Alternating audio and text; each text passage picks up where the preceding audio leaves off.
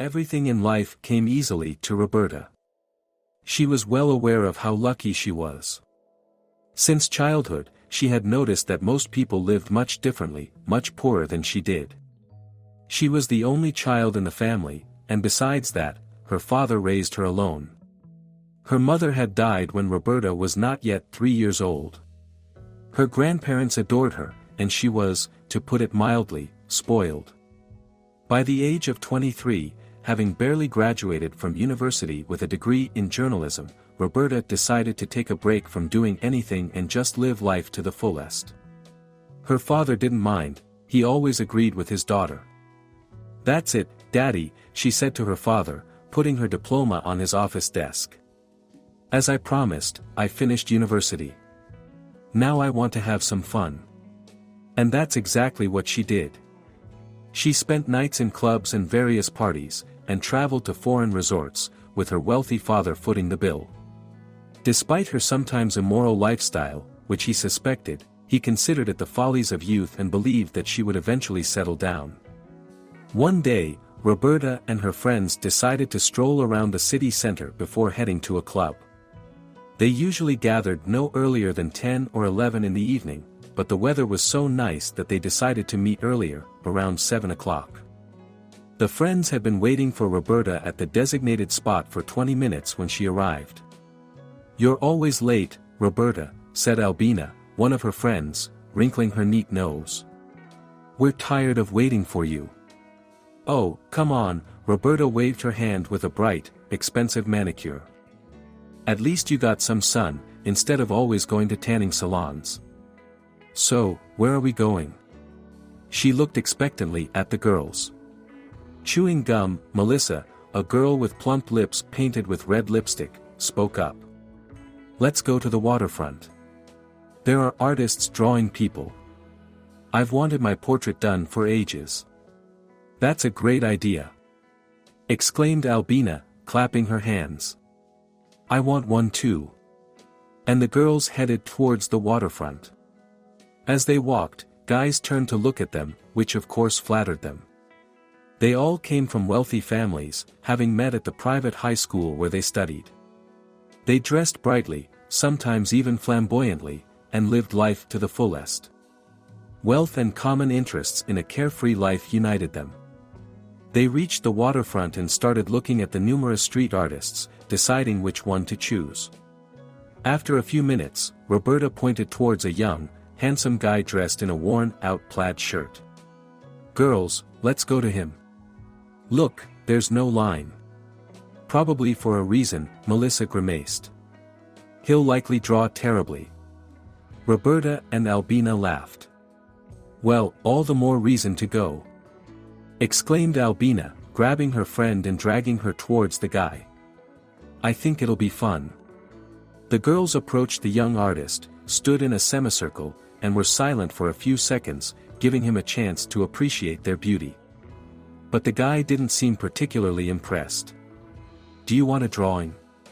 he asked calmly. "Can you even draw?" Melissa asked, still chewing her gum. "Well, everything was fine this morning," the guy smirked. "Let's find out who goes first." "I'll go first," Melissa quickly said, trying to sit on the small folding stool next to the artist. Her high heels made it difficult, and she didn't know how to position her legs. After some struggle, she managed to sit and looked towards her friends. "Well, go get us some ice cream or something. I think it's the only decent thing to eat here." Albina and Roberta giggled and went to find an ice cream stand. After an hour and a half, the artist had drawn all 3 girls. Albina was the last one. Melissa and Roberta, already holding their rolled-up portraits, were standing nearby, waiting for their friend to finish. Finally, Albina took the drawing from the guy, looked at it, said something they couldn't hear from where they were standing, and slowly walked towards them. As she got closer to the girls, she suddenly grabbed both of them by the hands, yanked them hard, and shouted, "Run," before taking off quickly, laughing loudly. "Where are you going?" Roberta shouted after her. "Are you crazy?" panted Melissa, already out of breath and struggling to keep up in her heels. Albina turned around with the drawing paper in her hands, still laughing, and ran towards them, just looking back to avoid falling. "Come on, hurry up. Why are you moving like turtles? I didn't pay that Picasso. If you drag your feet, he'll catch us." The girls ducked around the corner of a summer cafe and, after catching their breath, began excitedly discussing what had just happened. "That was so much fun." Albina laughed. "You should have seen that bum's face when I ran off with the painting without paying." "Damn, I feel kind of bad," Roberta said, frowning. "He didn't have a line anyway, and he spent an hour and a half on us. And he actually drew really well." "Oh, go sleep with him to make up for it," Melissa said, laughing as she finally spat out her gum. "Yeah, like she'd have the guts to sleep with a bum," Albina jabbed her friend in the side. "She only talks the talk." Roberta got angry. "Screw you, I will sleep with him." "Seriously?" Melissa said, wide-eyed. "Seriously. Let's make a bet." Roberta extended her hand, and the girls put theirs on top of hers. "If within a week I sleep with that bum, you guys throw me the best party of the year at the club. Deal?" "Deal," the girls shouted in unison, clapping their hands together. The next day, Roberta arrived at the waterfront closer to the evening. She felt a pleasant excitement and tingling in her fingertips. She liked this feeling because she couldn't remember the last time anything had excited her, and now she had this adventure. The young artist noticed her from afar and looked at her questioningly. When she got closer, he asked, "Did you come to steal my paints this time? And where are your partners in crime?" Roberta felt embarrassed. She rummaged through her stylish little purse and, pulling out $100, handed it to the guy. "Here, take this," she said simply. For her, it was a small amount of money. "But this is too much," the artist shook his head. "I can't take that much." "Please," she said firmly. "I insist, and besides, that's not all." She invited Miguel, which was the artist's name, to a restaurant, insisting that it was the only way she could ease her guilt over how they had treated him yesterday. Miguel couldn't refuse this beautiful girl. Besides, he couldn't remember the last time he had a hot meal, let alone visited a restaurant. "Miguel, first we're stopping by a men's store on the way," Roberta said imperiously and flirtatiously. "And I'm going to dress you up, and then we'll go to the barber shop where my stylist will give you a haircut. Otherwise, they won't let you into the restaurant looking like this." Miguel couldn't resist anymore. And what was the point? If he had agreed to go to the restaurant, why resist now? Besides, he saw that it brought the girl pleasure and understood that he was just a toy in her hands. So be it, Miguel thought, staring indifferently out the taxi window. At least I'll get to eat and wash my hair properly. After all the grooming, they sat in the restaurant, and while waiting for their order, Roberta kept looking at the guy in amazement. "You're handsome," she said without a hint of embarrassment. "It's amazing what a difference clothes and a haircut make. You're like a different person. How did you end up like this, Miguel?" she asked familiarly, as if she had known him forever. Miguel felt indebted to this girl, and honestly, he liked her. He saw no point in hiding his past from her. After all, she wouldn't remember him tomorrow, and they'd never see each other again. He told her that his fiancée had tragically died in a car accident 3 years ago when she was in a taxi after fitting her wedding dress. He used to be an artist, living in New York, painting, and showcasing his work in galleries. His pieces sold well. But after Sophia, his fiancée, died, Miguel was hit hard by depression. He couldn't breathe, his chest constantly ached and throbbed. He stopped painting, as his inspiration was gone. Eventually, he ran out of money, as living in America was expensive, and he returned home. Upon arrival, he started painting on the streets to make ends meet, and rented rooms in dormitories when he had money. In the summers, he slept under the open sky. During the first year, he drank heavily, but eventually realized it didn't help and the alcohol didn't numb the pain. "I just lost all sense of purpose in life, you know," he told Roberta, who had been watching him with sympathy all this time. "And your parents, why didn't they support you?" Miguel sadly smiled. "They died when I was 10. They perished in the mountains while conquering one of the peaks. My grandfather raised me, I lived in his house. We rented out my parents' apartment, and then my grandfather passed away. I was left alone and realized there was nothing holding me there. I rented out the apartment, sold my grandfather's house, and with that money, I headed to the capital. It lasted me for a while, until things picked up. Now where's the apartment?" Roberta asked, surprised. "Are you really living on the streets?" Miguel squirmed in his chair and muttered embarrassedly, "Well, there's a woman living there now with 2 young boys. She's raising them, pays sporadically, and I can't bring myself to evict her." "Wow, you're something," Roberta whistled. Taking his bill, she leaned towards him and said decisively, "All right, I'm getting you a hotel room.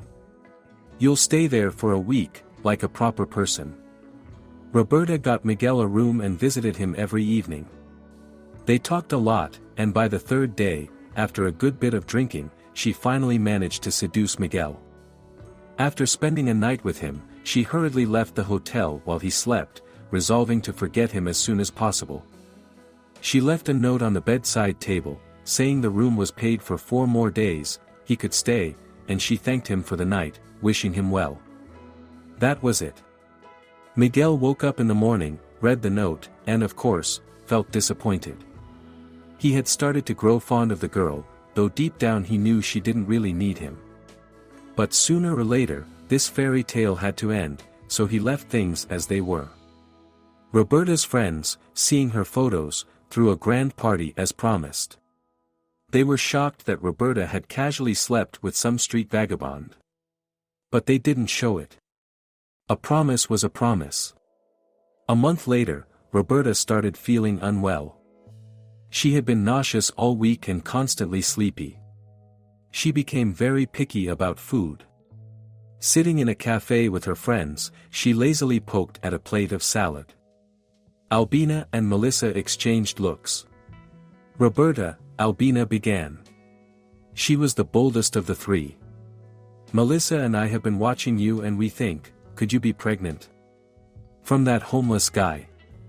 Roberta ordered them to shut up and stop talking nonsense. But on her way home, she bought a test and, taking it at home, was stunned. It was positive. There was no point in hiding it from the father.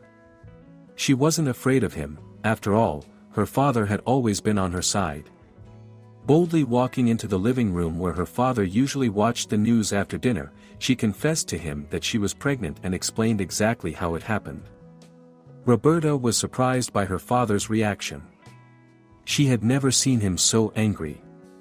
"Are you out of your mind?" he yelled, flecks of saliva flying from his mouth. "I've come to terms with you gallivanting who knows where, blaming it all on your youth, but sleeping around on a bed with a street artist and not using protection. You're insane." He tried to calm down, knowing his heart was about to burst out of his chest. He sat down and, after a brief pause, spoke sternly. "So, daughter, I'm tired of your antics. Listen carefully to me now and do as I say. Otherwise..." He looked at her and pointed his finger towards her stomach. "Both you and your unborn child will be on the streets, and I swear by your late mother's memory, I'll do it. You've crossed every line." "Dad," Roberta said softly, stunned by her father's reaction. "I'll do whatever you say." "Good," her father clapped his hands on his knees. "So find this guy you're having a child with, bring him home.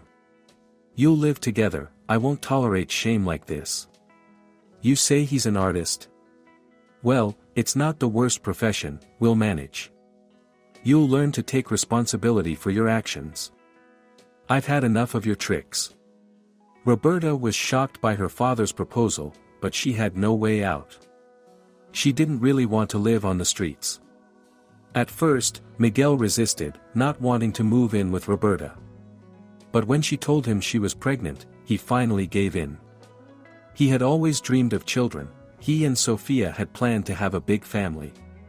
But after her death, he never thought he'd become a father. And now this. Roberta's father turned out to be a kind man. They somehow clicked right away. "I'm not planning to be a burden on you," Miguel said on the very first evening. "Tomorrow I'll call all my contacts who own local galleries and start painting again to sell." Roberta's father looked at the guy with respect. He immediately understood Miguel was a decent person. "That's great, Miguel. I'm glad you have a plan." So they lived. Despite Roberta's father and Miguel getting along well, Roberta herself grew increasingly melancholic with each passing day. She felt awkward and ashamed living under the same roof with Miguel. And her friends kept teasing and joking about it. "Well, Roberta, never thought you'd end up living with a bum," Albina laughed. "It's even a bit extravagant for you, isn't it?" Of course, Roberta felt embarrassed and ashamed. She regretted agreeing to that bet 1,000 times over. It was fortunate that Miguel didn't intrude much, just constantly asked about how the baby was developing and took her for check-ups when necessary. They lived in separate rooms. He was often in his workshop he set up in the attic of the house, and he even opened a bank account in her name, where he regularly deposited money. With each passing month, the sums became more substantial. In the spring, Roberta gave birth to a healthy, beautiful girl named Nina, with huge brown eyes like Miguel's and dimples on her cheeks, just like Roberta's. Roberta's father, now a grandfather, immediately fell in love with his granddaughter completely. All his free time from business was spent with her. Sometimes Miguel had to share his daughter with her grandfather, but the men always resolved their disputes peacefully. "Victor, I just came back from the exhibition. It's 9 in the evening, you must have been fussing with Nina for a couple of hours already," Miguel complained coming back from work. "Let me hold my daughter, before Roberta takes her to eat and put her to sleep, she'll say, 'Grandpa' first, not 'Dad.'" The men laughed. Roberta stood on the stairs watching them get along so well. It always amazed her how her father accepted Miguel and how well he fit into their family. And, to be honest, it annoyed her a bit too, because it seemed like now Miguel and their daughter were the center of the universe, not her. One day, Miguel hurried into Roberta's room. Nina had just turned 6 months old, and now they could leave her with her grandfather or a nanny for a while. So he decided it was finally time for him and Roberta to start over. After all, they liked each other, he could feel it. And now Miguel wasn't a street wanderer anymore. He was earning well again, but he hadn't told Roberta or her father yet, not wanting to jinx it, but recently his new works had been shipped to an exhibition in New York. And the salon owner where they were presented said 3 out of 6 paintings were sold on the first day. That meant he was finally back in the painting world. The woman who had been renting a room from him found a good man and moved in with him. Miguel had nearly finished renovating the apartment. He planned to tell Roberta about it today, inviting her to a restaurant and suggesting they move out from her father's place to try living like a real family. Approaching the door to Roberta's bedroom, he heard her laughing and involuntarily stopped. He wondered what had amused her so much. "Damn it, Melissa, you're annoying," Roberta said. Her voice was muffled, but Miguel heard everything. "I keep telling you, I'm not living with him. And he's not a bum. More like a butler, I guess. Everything suits me for now. He's running around here, putting money into my account. Dad seems to like him. Actually, the problem is with Dad. If it weren't for him, I would have kicked this pseudo-lover out long ago. But now I have to put up with him." Miguel found it hard to breathe for a moment. He turned around and walked purposefully to his room. His face showed the determination of a man who knew what he was doing. There, he quickly packed his things and left home without saying a word to anyone. "And where is he?" Roberta's father yelled at her. "You've really screwed up your happiness, haven't you?" "How stupid you are, daughter," her father lamented. You're so lucky with Miguel. Fate practically handed him to you on a silver platter, don't you understand? Your mother must have taken care of such a person for you up there. And you lost him. Exhausted, her father sank onto the couch and covered his eyes with his hands. Dad, why are you so attached to him? Roberta protested. You took in some homeless guy and traded him for your own daughter. That's the point, he's not homeless, her father shot back, jumping up again. You foolish, spoiled girl. I hired a man. He was watching over Miguel, found out everything about him. Am I just supposed to let some stranger into the house? You know his parents were very famous. His mother was a pianist, his father a poet, and his grandfather taught history at the university. Miguel himself went to America and studied at a famous art school. And, by the way, the new paintings he created while you were gossiping all day long on the phone with your useless friends? They're selling like hotcakes in a New York gallery. Oh, and one more thing, her father added, addressing his astonished daughter. He renovated his apartment, which, by the way, is huge in the city center. I gather he wanted to move you there, because the detective reported that Miguel bought half the children's store. Ah, you, her father spat in his heart, waved his hand, and left the living room, leaving Roberta standing alone. For the first 3 months, Roberta deliberately nurtured anger toward Miguel for entering her life and everything else. But then her heart began to ache. Now she visited his studio every day with her daughter, spending long hours there telling Nina about her father. She grew thin and hardly ate. Finally, her father couldn't take it anymore and during lunch said, "How long are you going to suffer? Maybe you'll find the father of your child. Tell him what a fool you were and take him back." Roberta wasn't even surprised by her father's outburst. "How will I find him, Dad?" she asked desperately. Her father looked at her, got up from the table, went to his office, and returned a couple of minutes later with a piece of paper with an address written on it. "Here," he said, placing the paper in front of his daughter. "I thought you'd never ask. That's where he lives now. You drove the guy away, he fled to another city. Miguel moved to a small town, rented a workshop, and lived there. But he was indifferent once again. His heart was broken and bleeding anew. He missed his daughter terribly and pined for Roberta's love. But he couldn't forget her words about seeing him as a lackey. Today was Saturday, which meant he had tomorrow off. He could lounge on the couch and watch mindless TV. He didn't drink, though he was lonely. The bell on the workshop door rang. He looked up and saw Roberta walk in. She approached him, silently raised her hand, and stroked Miguel's cheek, now covered in stubble. "You've lost weight," she simply said, as if she had seen him just that morning. "Miguel, you need to shave." "Let's go home," Roberta said in her usual manner, assertively and flirtatiously. "Dad's going crazy, yelling at everyone, Nina misses you, and so do I," she looked at him with tears in her eyes. "Turns out, I can't be without you." Miguel didn't need much convincing. Even if Roberta hadn't confessed her love and just asked him to come back for their daughter's sake, he would have jumped on the last train and hurried back. That's how much his heart longed for them. Miguel and Roberta, after a long journey in many trials, finally found each other. And though it took them a lot of time and serious challenges, the most important thing was the result. They're together, and they're happy. They have a family, and that's what matters most.